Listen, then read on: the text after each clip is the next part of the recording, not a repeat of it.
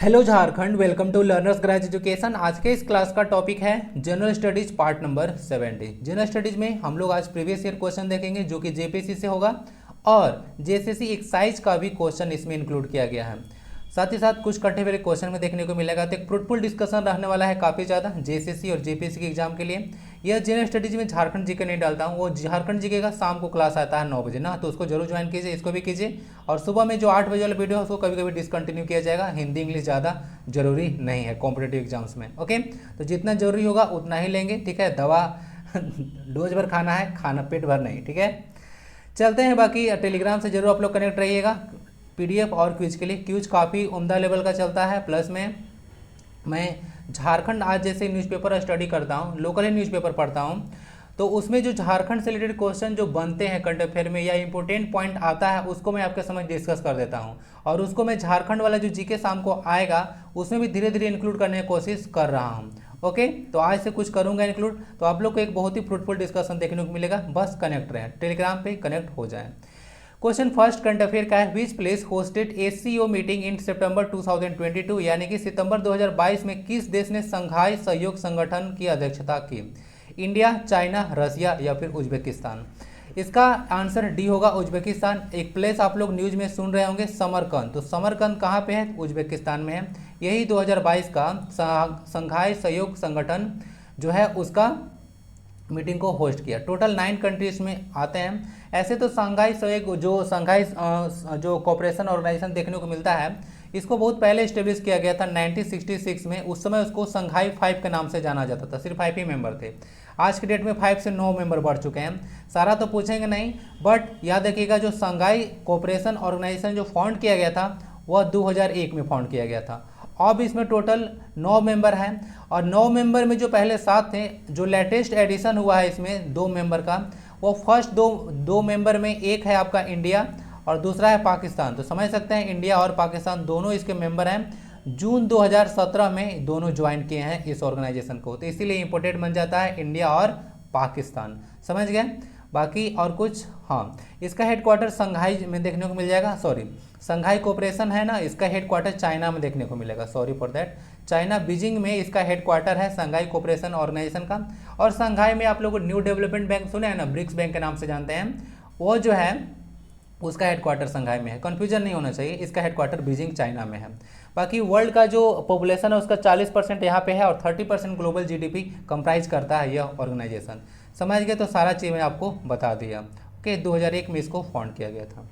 Total 9 member है। कौन host किया, ये सारा पॉइंट इंपॉर्टेंट है। पहले ओरिजिनली संघाई 5 था 1966 में ना, और 1966 में आप लोग का एशियन डेवलपमेंट बैंक भी इस्टेब्लिश हुआ था जिसका हेडक्वार्टर फिलीपींस मनीला में है। Question number 2, which country will host FIFA under 17 women's world cup 2022? WWC लिखा हूँ शॉर्ट में, समझ जाइएगा, वीमेंस वर्ल्ड कप है। अगर बोलिएगा तो इसको पीडीएफ में सही भी कर दूंगा। सही क्या करना है, इसको शॉर्ट में ही लिख दिया था। तो फीफा का जो अंडर 17 वीमेंस वर्ल्ड कप है 2022 जो ऐसे कहाँ होगा? उरुग्वे, इंडिया, फ्रांस या फिर ब्राज़ील? सही आंसर इसका होगा बी। और इंडिया में इसको 3 प्लेस पे होगा। एक तो होगा महाराष्ट्र में, ध्यान दीजिएगा, सेकेंड पे है गोवा और थर्ड पे आपको कर्नाटका। तो 3 स्थान पे जो है इसको ऑर्गेनाइज किया जाएगा। तो 2022 का अंडर 17 वीमेंस वर्ल्ड कप 2022 है। समझ गए? यह फीफा का है, यानी कि फुटबॉल का यह है ना, इसको ध्यान रखिए। फीफा जो है फुटबॉल का एक संस्था है। इसको 1904 में जो है इस्टेब्लिश आप लोग किए थे। 1904 में लगभग 211 मेंबर देखने को मिलते हैं। जूरिक स्विट्जरलैंड में इसका हेडक्वार्टर है ना, जूरिक स्विट्जरलैंड में इसका हेडक्वार्टर देखने को मिलेगा। बाकी याद रखिएगा जो फीफा का वर्ल्ड कप हुआ था, मेंस के बारे में बात कर रहा हूँ, ध्यान दीजिएगा। फर्स्ट टाइम जो वर्ल्ड कप जीता था 1930 में, 30-31 बोला जाता है, तो 30 में उरुग्वे जीता था। उरुग्वे फर्स्ट कंट्री था जो कि फीफा का वर्ल्ड कप जीता था। ये क्वेश्चन पास्ट में बहुत बार पूछा गया है। वर्तमान में चेयरमैन अभी फ्रांस है, वर्तमान में अभी जो, सॉरी चेयरमैन बोल रहा हूँ, चैंपियन है फ्रांस है। ये 2018 का वर्ल्ड कप जीता है, तो अभी वर्तमान में चेयरमैन है। यह इवेंट देखिएगा 18 से अगर जोड़ लीजिएगा तो 22, यानी कि 4 साल के बाद जो है से इवेंट होने वाला है, अभी जल्दी में देखने को मिलेगा। और यह जो है 2022 का जो फीफा का वर्ल्ड कप है यह कतर में होगा। मेंस के बारे में बात कर रहा हूँ, मेंस जो सबसे ज़्यादा पॉपुलर होता है, मेंस का जो फुटबॉल वर्ल्ड कप होगा 2022 में वह कतर में होने वाला है, ठीक है, देख लीजिएगा। बाकी सारा यहाँ पे तो अभी वीमेंस के बारे में बात हो रहा था। ये सब गेम 4 साल के बाद ऑर्गेनाइज होता है। क्रिकेट हो गया वर्ल्ड कप, जो ओलंपिक गेम्स है, कॉमनवेल्थ गेम्स है या फीफा का है, ये सब गेम 4 साल के बाद ऑर्गेनाइज किया जाता है, ध्यान रखिएगा। और जो वीमेंस वर्ल्ड कप देख रहे हैं अंडर 17, यह फर्स्ट टाइम 2008 से हो रहा था ना, इसको याद रखिएगा। जियानो इन्फेंटिनो अभी इसके प्रेसिडेंट देखने मिलेगा। जियानो इन्फेंटिनो जो है इसके अभी वर्तमान में प्रेसिडेंट हैं। हेडक्वार्टर बता दिया जूरिक स्विट्जरलैंड। ध्यान रखिएगा 211 मेंबर है इसमें, इंडिया इसको होस्ट करने वाला है। फर्स्ट कौन था बता दिया आपको, ठीक है। Question number 3, the atmosphere is held to the earth by. देखिए जेपीएससी मेंस का क्वेश्चन है, इन्वायरमेंटल एक आपको पता होगा, साइंस एंड टेक्नोलॉजी इन्वायरमेंटल का स्टडी का एक पेपर होता है उसमें जेपीएससी में, तो उसी का यह क्वेश्चन है।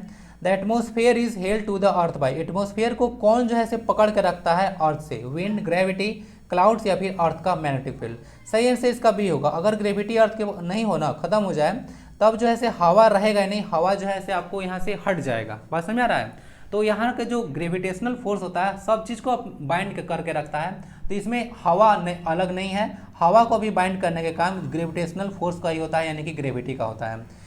जी का वैल्यू देख लीजिएगा, ये जो जी है एक्सेलरेशन ड्यू टू ग्रेविटी है, इसका वैल्यू अर्थ पर 9.8 और अगर नियरली इक्वल टू 10 मीटर पर सेकेंड स्क्वायर होता है, इसको ध्यान रखिएगा, ठीक है। यह जो एक तरह का जो ग्रेविटी है सब जगह अलग अलग मतलब हो सकता है, ओके। चंद्रमा पर जो फोर्स ऑफ ग्रेविटेशनल फोर्स होता है 1/6 हो जाता है जो अर्थ का होता है उसका। तो आइडिया हो गया सब, तो समझ गए, आंसर इसका बी हो गया, ग्रेविटी, ठीक है। A stone resting on table has, ये क्वेश्चन भी देखिए जेपीएससी मेंस का ही क्वेश्चन है। अब देखिए आप लोग ना इस एग्जाम को अपने लेवल से ढाल लिया कीजिए, ये जेपीएससी मेंस का क्वेश्चन है, तो ऐसा नहीं है कि आपको नहीं पूछा जाएगा, यह नॉर्मल टाइप का क्वेश्चन है। इसका मतलब नहीं है कि जो है से आपसे पूछा ही ना, मतलब बड़े बड़े एग्जाम में नहीं पूछा जाएगा, नॉर्मल क्वेश्चन है तो सब पूछा जाता है। ईजी क्वेश्चन भी बड़े बड़े एग्जाम में पूछे जाते हैं और टफ क्वेश्चन भी छोटे छोटे एग्जाम में पूछ दिए जाते हैं। तो ऐसा आप लोग कन्फ्यूजन मत रखिए, सब पढ़ के चलिए, नॉलेज रखिए, कहीं ना कहीं काम आने वाला है। तो स्टोन जो होता है टेबल है, मान लेते हैं टेबल है, ओके, इस पर आप लोग स्टोन को रख दिए, कुछ सर्टेन हाइट पर यह रखा हुआ है टेबल, ठीक है। आपका ये टेबल जो है कुछ हाइट पे आपको लोग का रखा हुआ है, ओके, ग्राउंड से कुछ हाइट है इसका, वहाँ पे टेबल रखा हुआ है। तो जो है से उस पर कौन सा एनर्जी प्रोसेस होगा, kinetic energy, gravitational energy, potential energy या फिर नॉन ऑफ दिस। देखिए इस पर होगा पोटेंशियल एनर्जी, यानी कि यहाँ से देख रहे हैं, मैं बताया था कि हाइट पर है, वैसे तो हाइट वहाँ पे एग्जाम में नहीं था, मैं बता दिया यहाँ पे कि कुछ हाइट पे रखा हुआ है, तो उसके पास क्या होगा, तो उसके पास जो होगा पोटेंशियल एनर्जी होगा due to configuration of body, बोलिए पोजीशन के चलते या कॉन्फ़िगरेशन के चलते उसके पास पोटेंशियल एनर्जी, कोई भी चीज़ के पास पोटेंशियल एनर्जी होता है। जैसे आप लोग स्प्रिंग है, स्प्रिंग को आप लोग स्ट्रेच कर दिए, तो स्प्रिंग के पास जब स्ट्रेच कर दिए तो इसके पास भी एक पोटेंशियल एनर्जी हो जाएगा।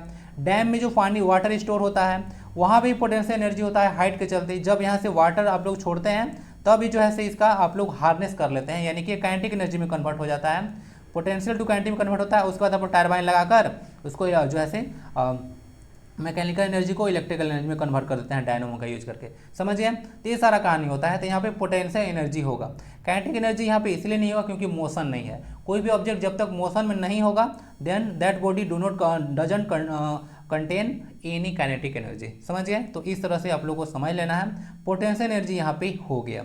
अब पोटेंशियल एनर्जी का वैल्यू होता है जो यहाँ पे बताया था, अगर कोई हाइट पर कोई ऑब्जेक्ट है तो उसका वैल्यू होता है mgh, ठीक है, इसको याद रखिएगा, ठीक है ना। तो इसका आंसर हो गया है option number C. Gravitational energy वगैरह इसमें ज़्यादा डिस्कस नहीं करते हैं, गुरुत्व ऊर्जा होता है। Question number 5, which of the given is the ultimate source of energy. Ultimate source कहने का तात्पर्य होता है परम, यानी कि खास है, मुख्य है, समझ गए। फोसिल फ्यूल, वाटर, यूरेनियम या फिर सन। इसका आंसर हो जाएगा D, ultimate source of energy. आप लोग सुने होंगे कि पृथ्वी पर ऊर्जा का एकमात्र स्रोत कौन है, सन। अगर सन खत्म हो जाए तो धीरे धीरे सब कुछ खत्म हो जाएगा, क्योंकि सन से आप लोग एनर्जी लेते हैं, जैसे प्लांट्स वगैरह है, अगर उन लोग को सनलाइट नहीं मिलेगा तो लोग फोटोसिंथेसिस कैसे करेगा, और फोटोसिंथेसिस प्राइमरी जो प्रोड्यूसर है उसका अगर वो प्रोडक्शन नहीं करता है तो फिर जो आप लोग प्राइमरी कंज्यूमर हैं वह क्या खाएंगे, समझ रहे हैं। तो समझ रहे हैं इस बात को। तो यही सन जो है एक अल्टीमेट सोर्स ऑफ एनर्जी माना जाता है। जीवाश्म ईंधन तो फॉसिल फ्यूल होता है, पेड़ पौधे दब जाते हैं तो फिर फ्यूल बन जाता है, पेट्रोल ये सब है। और बोल सकते हैं जो कोल है जीवाश्म ईंधन आता है। वाटर से एनर्जी आप लोग हार्नेस कर सकते हैं। यूरेनियम जो है से आप लोग न्यूक्लियर रिएक्टर में यूज करते हैं, वहाँ पे फ्यूजन रिएक्शन होता है। और सन के लिए कल भी बताया था न्यूक्लियर फ्यूजन होता है। फ्यूजन का मतलब होता है जुड़ना, जो कि हाइड्रोजन बॉम्ब उसी प्रिंसिपल पे बेस्ड है। समझ गए। अर्थ से सन का दूरी लगभग 15 करोड़ किलोमीटर है। सनलाइट आने में 8 मिनट 20 सेकेंड लगता है। अब तो ये क्वेश्चन नहीं पूछ जाते हैं, बहुत ही कम पूछ जाते हैं, लेकिन क्या पता पूछ दें। 8 मिनट 20 सेकेंड लगता है, तो 8 से 48 और 20 जोड़िएगा तो 500 सेकेंड्स हो जाएगा। ठीक है, चलते हैं क्वेश्चन नंबर 8 को। यूरेनियम के लिए जादूगोड़ा फेमस है झारखंड में, आपको पता होगा। Question number 6 is the formula of urea is. Urea का फॉर्मूला क्या है? देखिए जेपीएससी मेंस में क्वेश्चन आया हुआ। अब मैं इसके पीछे का आपको लॉजिक बता रहा हूँ कि यह क्वेश्चन क्यों इंपॉर्टेंट है, क्यों इसे फॉर्मूला पूछा गया। देखिए यूरिया जो है ना लेबोरेटरी में बनाया गया पहला कंपाउंड था। इसको भी याद देखिएगा, लेबोरेटरी में बनाया गया पहला कंपाउंड कौन था? यूरिया था। इसको अमोनियम साइनेट को हीट करके बनाया गया था। इसको देख लीजिएगा, डब्ल्यू ओल्हर के द्वारा जो है से किया गया था, नहीं फ्रेडरिक ओल्हर थे, फ्रेडरिक ओल्हर के द्वारा, FW याद रख लीजिएगा, फ्रेडरिक ओल्हर के द्वारा फर्स्ट टाइम जो है इसको बनाया गया था। अमोनियम साइनेट को हीट किया गया था, NH4CNO इसका फॉर्मूला होता है। आपको इजीली अंडरस्टैंड हो जाएगा, देख लीजिएगा। NH2 इस तरह से आगे पीछे भी लिखा जाता है, CONH2, तो इस तरह का यह कंपाउंड बनता है, यही यूरिया होता है। तो ऑप्शन नंबर डी इसका आंसर हो जाएगा। समझ गए, तो यूरिया। बाकी इसमें 46% नाइट्रोजन होता है, इससे ज़्यादा दिमाग आपको नहीं लगाना है। यूरिया में नाइट्रोजन का परसेंट कितना होता है? तो 46% होता है। फर्स्ट टाइम जो है लेबोरेटरी में बनाया गया कंपाउंड कौन था? तो यूरिया था। फार्मूला देख लीजिएगा, अमोनियम साइनेट है, इसको हीट करने के बाद इसका फार्मूला जेपीएससी में पूछ चुके हैं, ये देख लीजिएगा, NH2CONH2। ठीक है, तो इस तरह से आंसर इसका डी हो जाता है। 46% आपको पूछते हैं। गोल्जी बॉडी, ये भी जेपीएससी का क्वेश्चन है। Golgi body helps in, Golgi body जो है से वो किस में हेल्प करता है? Excretion of steroids, okay, storage and secretion of substances, translation या फिर ट्रांसक्रिप्शन। देखिए ये जो है से पदार्थों का संग्रहण और श्रावण करने में यह मदद करता है ना, इसको ध्यान रखिएगा। ऑप्शन नंबर बी इसका आंसर हो जाएगा। अगर गोल्जी बॉडी के बारे में यहाँ पे देखिएगा तो गोल्जी बॉडीज और operators help in the process of packaging of proteins, proteins करता है। It first described by Camillo Golgi in the year 1898। मतलब ये बोला जा रहा है कि जो गोल्जी ऑपरेटर्स है या बॉडी है उसको फर्स्ट ऑफ ऑल डिस्क्राइब किया गया था, नाम है उनका कैमिलो गोल्जी, उन्हीं के नाम पर जो है इसको गोल्जी बॉडी बोला जाता है। ठीक है, ये देखिए लिखा हुआ है in packing of proteins and releasing when necessary, तो यह प्रोटीन को पैकेज करने का भी काम करता है। समटाइम्स सब complex sugar are broken down into the simple sugar, sugar को भी तोड़ने का काम यह करता है Golgi body. It is important site for the formation of glycoproteins and glycolipids. ठीक है, तो यहाँ पे ग्लाइकोप्रोटीन्स और ग्लाइकोलिपिड्स भी बनता है। समझ गए, तो इसको देख लीजिएगा, आंसर हो गया बी, पदार्थों का संग्रहण और श्रावण करने में। यहाँ तक कि यह कार्बोहाइड्रेट का संश्लेषण में भी कार्य करता है। गोल्जी बॉडी जो है कार्बोहाइड्रेट का संश्लेषण में कार्य करता है, और आपको प्रोटीन का संश्लेषण तो बहुत ही इंपॉर्टेंट क्वेश्चन है, वह करता है राइबोसोम्स। ठीक है, समझ लीजिएगा। ट्रांसलेशन और ट्रांसक्रिप्शन को पढ़ लीजिएगा। Question number 8, Mendel is known as the father of. Mendel के बारे में देखिएगा, मेंडल है, मेंडलीव नहीं है, आवर सारणी नहीं है, यहाँ पे मेंडल है। तो Mendel is known as the father of taxonomy, genetics, palaeobotany या नन ऑफ दिस। आंसर इसका हो जाएगा बी, फादर ऑफ जेनेटिक्स के नाम से जाना जाते हैं मेंडल। मेंडल अपने एक्सपेरिमेंट के लिए मटर के पौधों का प्रयोग किए थे। तो मटर के पौधों का साइंटिफिक नेम भी है, दिया हुआ है पीसम सैटिवम। झारखंड मटर के उत्पादन में दूसरे स्थान पे है, याद रख सकते हैं। तो पीसम सैटिवम हो गया। जो दूसरा नाम होता है ना, जो साइंटिफिक नेम देखते हैं, दूसरा नाम स्मॉल लेटर होता है, इसको जाकर पढ़िएगा। Father of taxonomy Carl Linnaeus को बोला जाता है। एक पॉइंट और बताता हूँ, जो फादर ऑफ, जो आप लोग फादर बोलिए या फिर बोलिए कि इवोल्यूशन थ्योरी ना, फादर ऑफ जो इवोल्यूशन थ्योरी है वह दिया गया था, क्या नाम था उनका, father of evolution theory Charles Darwin. तो वह चार्ल्स डार्विन के द्वारा फादर ऑफ इवोल्यूशन थ्योरी दिया गया था। और ये बहुत ही इंपॉर्टेंट बुक लिखे हैं जिसका नाम है ओरिजिन ऑफ स्पेसीज। तो ओरिजिन ऑफ स्पेसीज बुक को याद रखिएगा, कौन है? चार्ल्स डार्विन उसके राइटर हैं। इवोल्यूशन थ्योरी का फादर कहा जाता है। कॉर्ड लिनियस को फादर ऑफ टैक्सोनॉमी बोला जाता है, और मेंडल को आप लोग बोल सकते हैं फादर ऑफ जेनेटिक्स ना, ध्यान दीजिएगा। सारा चीज़ को ध्यान से देख लें जो मैं बताया। Question 9, thyroxine hormone is secreted by. Thyroxine hormone कहाँ से निकलता है? बहुत ईजी क्वेश्चन है, थायराइड ग्लैंड से निकलता है। और इस हाइपोथैलेमस काफ़ी ज़्यादा इंपॉर्टेंट आपके लिए पॉइंट है ना। हाइपोथैलेमस जैसे बॉडी में टेम्परेचर को रेगुलेट करने का यह कार्य करता है। ब्रेन में सारा होता है। पिट्यूटरी ग्लैंड होता है, आपका पीयूष ग्रंथि है, इसको आप लोग मास्टर ग्लैंड के नाम से जानते हैं ना, क्योंकि जितने भी यहाँ पे ग्लैंड है वो सबको जो है से कंट्रोल करने का काम यही करता है। बॉडी में लार्जेस्ट ग्लैंड है लीवर, लार्जेस्ट ग्लैंड है लीवर, और स्मॉलेस्ट ग्लैंड है pineal gland. Pineal gland is also called the third eye, इसको थर्ड आई के नाम से भी जाना जाता है। ओके। और ये सारा जो पीयूष ग्रंथि है, पीनियल है, ये सब ब्रेन में होता है। लीवर तो आपको पता होगा कहाँ है, इसका वेट बहुत ज़्यादा होता है। लीवर का वेट आपको तकरीबन 1.5 kg का देखने को मिलेगा, इसीलिए लार्जेस्ट जैसे इंडोसाइन ग्लैंड है ना, देख लीजिएगा लीवर। क्वेश्चन नंबर 10 है, region receiving 500 to 1000 mm annual rainfall is. Annual rainfall के बारे में बात किया जाए तो उसको क्या बोला जाता है। आइए जो मैं आपको डेटा दिखाता हूँ, इस क्वेश्चन को बाद में फिर से डिस्कस करूंगा। एनुअल रेनफॉल का यह डेटा है, जेपीसी क्वेश्चन है यह। तो एनुअल रेनफॉल ये फूड एंड एग्रीकल्चर ऑर्गेनाइजेशन का ऑफिशियल पेज से डेटा उठाया गया है। तो वहाँ पे देखिए डिवाइड किए हैं डेजर्ट को 100 मिलीमीटर से कम बारिश। मिलीमीटर को अगर सेंटीमीटर में समझना होगा तो एक जीरो को हटा दीजिएगा, 10 से डिवाइड किया जाता है। बाकी एरिड वाला रीजन में 100 to 400 mm बारिश होता है। सेमी एरिड में 400 to 600 होता है। सब ह्यूमिड को 600 to 1200 होता है। जो मॉइस्ट सब ह्यूमिड होता है उसमें 1200 से 15 mm बारिश होता है, और जो ह्यूमिड रीजन होता है उसमें 1500 mm से ज़्यादा बारिश होता है। तो ये सारा है। तो अगर ये डेटा को देखा जाए तो हमारा ऑप्शन यहाँ पे एक भी नहीं आ रहा है। बट जो टेम्परेट होता है वहाँ पे जब सर्च किया तो 300 to 2000 mm इसका बारिश मिला। 300 to 2000 mm इसका बारिश था, और एवरेज इसका 800 है। तो इस तरह से जो है इसको हम लोग 800 टिक लगाएंगे, तो आंसर इसका टेम्परेट हो गया। समझ गए। बाकी इस क्वेश्चन को पुनः मैं डिस्कस करूंगा एक और वीडियो में। देखते हैं इसको और ज़्यादा इसको सर्च करता हूँ ना, ठीक है, क्योंकि डेटा उतना ज़्यादा मिल नहीं पाया था। बट जो अभी वर्तमान डेटा है उसके आधार पर इसको टेम्परेट में इसको कंसिडर किया जाएगा। आप लोग अगर है पता है आपको तो आप लोग भी कमेंट बॉक्स में बता सकते हैं। देख लीजिएगा सारा डेटा को। Question number 11, which of the flowing gases is not a natural element of atmosphere. Atmosphere का कौन जो है नेचुरल एलिमेंट नहीं है, आपसे पूछा है। क्लोरोफ्लोरोकार्बन्स, आर्गन, क्रिप्टन्स या फिर वाटर वेपर। सारा का सारा नेचुरल एलिमेंट होता है except option number A. Chlorofluorocarbons यहाँ पर नहीं होता है। रेफ्रिजरेटर, रॉकेट, इस सबसे क्लोरोफ्लोरोकार्बन जनरेट होता है, जो कि ओजोन लेयर को डिप्लीट करता है। ध्यान दीजिएगा एक चीज़ आप लोग को ध्यान रखना चाहिए, जो क्योटो प्रोटोकॉल है, क्योटो वह से क्लोरोफ्लोरोकार्बन से था, एक तरह से समझ लीजिएगा, ठीक है, ग्रीन हाउस गैसेस से इसमें था। तो इसको देख लीजिएगा। दूसरा है मॉन्ट्रियल प्रोटोकॉल, यह ओजोन से रिलेटेड है ना। अभी आप लोग ने 16 सितंबर को ओजोन दिवस भी मनाया था, तो अभी इंपॉर्टेंट क्वेश्चन बनेगा। बाकी ये बताइए कि क्या थीम था ओजोन दिवस जो 16 सितंबर है, उसका थीम क्या था। मॉन्ट्रियल प्लेस कनाडा में देखने को मिलेगा। तो मॉन्ट्रियल प्रोटोकॉल किया गया था 1997 में, बट उसको इम्प्लीमेंट किया गया था 2005 में। और क्योटो प्रोटोकॉल 1987 का है। क्योटो आपको कहाँ जगह था, जापान में क्योटो है, और मॉन्ट्रियल कनाडा में है। देख लीजिएगा आंसर इसका ही हो गया। आर्गन, क्रिप्टन, ये सब आपको ग्रुप 18 के एलिमेंट्स देखने को मिलेंगे। वाटर पेपर तो होता ही है। Question 12, which of the following salts is the cause of permanent hardness of water. अब बताइए, मैं कल ही क्वेश्चन को डिस्कस किया था आपको, तो वहाँ पे क्वेश्चन आया था प्रीवियस ईयर का, वहाँ पे सिर्फ और सिर्फ आंसर था कैल्शियम सल्फेट। और मैं आपको साथ में अगर याद होगा तो वहाँ पे मैग्नीशियम सल्फेट भी बोला था कि होता है, अगर याद होगा तो। इसीलिए मैं अगर जो साथ में बोलता हूँ वो भी इंपॉर्टेंट होता है। ऑप्शन नंबर इसका बी हो जाएगा। यानी कि जो परमानेंट हार्डनेस होता है वाटर का, वह मैग्नीशियम सल्फेट और कैल्शियम सल्फेट के चलते होता है।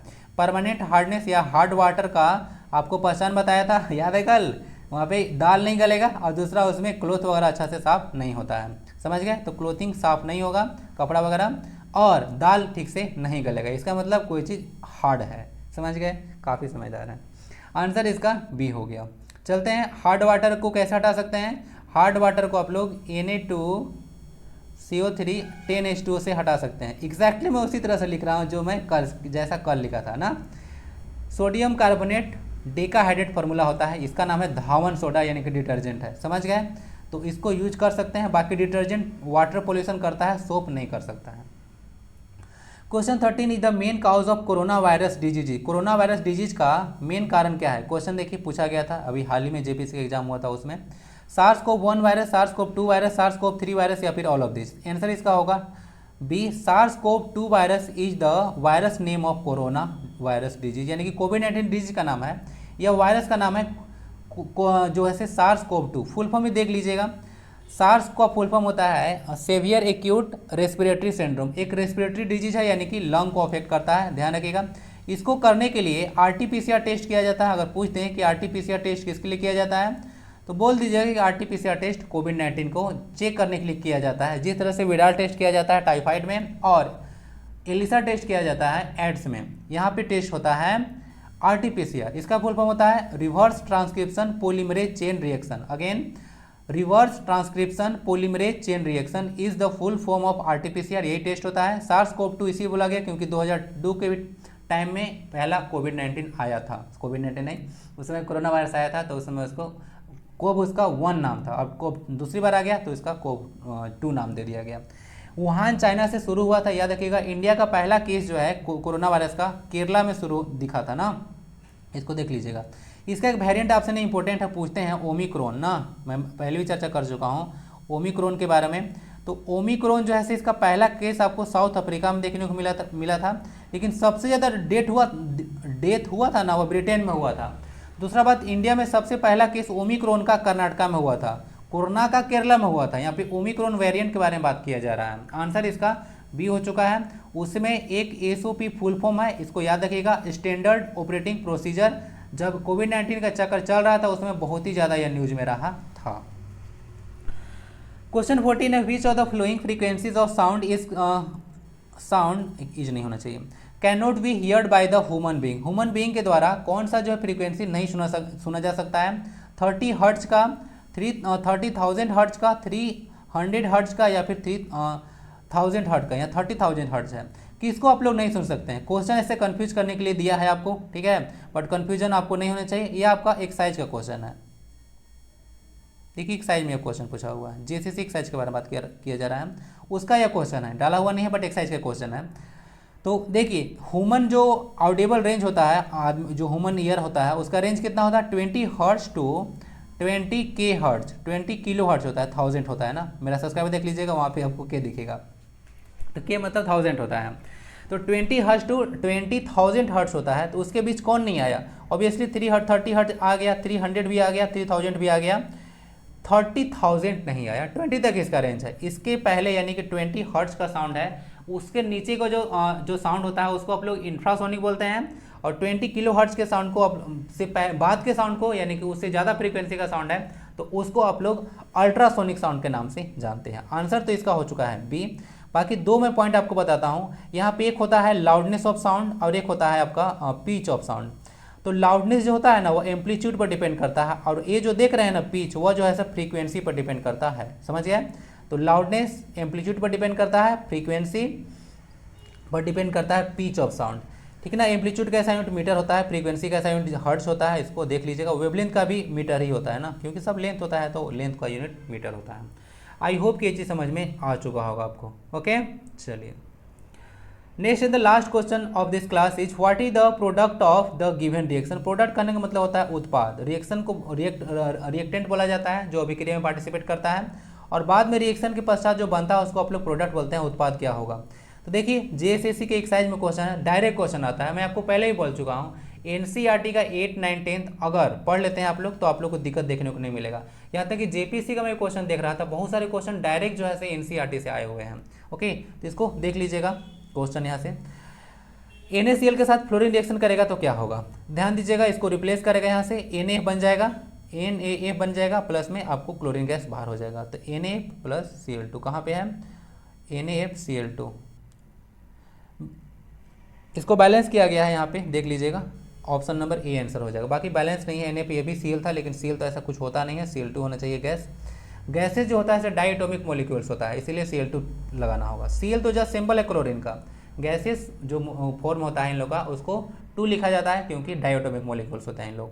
सोडियम फ्लोराइड का आप लोग यूज रैट पॉइजन के रूप में भी करते हैं, रैट पॉइजन के रूप में सोडियम फ्लोराइड का यूज किया जाता है। बाकी NaCl क्या है? NaCl जो है आपका खाने का नमक है, इसको साधारण नमक के नाम से जानते हैं। इसका जो एक्वा सॉल्यूशन होता है उसको आप लोग ब्रीन के नाम से जानते हैं, BRINE, समझ गए?